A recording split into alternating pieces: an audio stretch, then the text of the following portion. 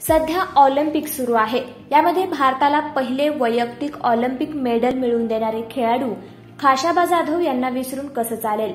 चला तर आज आपण त्यांचा ऑलिम्पिकचा खडतर प्रवास पाहूयात। 1952 सालातल्या ऑलिम्पिकमध्ये स्वतंत्र भारताला पहिलं वैयक्तिक मेडल मिळवून देण्याचा मान त्यांच्याकडे जातो।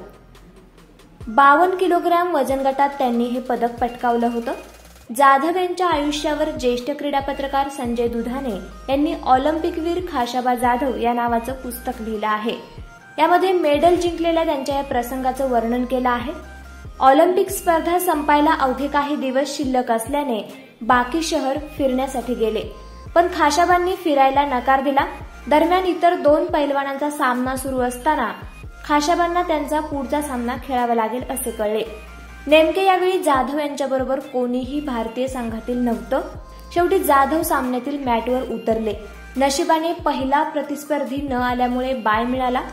त्यानंतर कॅनडा, मेक्सिको आणि जर्मनीच्या मल्लांवर त्यांनी लिलया मात केली। पुढची क्वार्टर फायनलची लढत रशियाच्या मेबेकबोयोव विरुद्ध होती। हा प्रतिस्पर्धी तगडा असल्याची कल्पना खाशाबांना होती। मॅचची तयारीही त्यांनी केली होती, पण त्यांना 0-3 असा पराभव पत्करावा लागला। या लढतीत खाशाबा दमले होते, पण पुढच्या 15 मिनिटात त्यांना पुढची फेरी खेळावी लागली।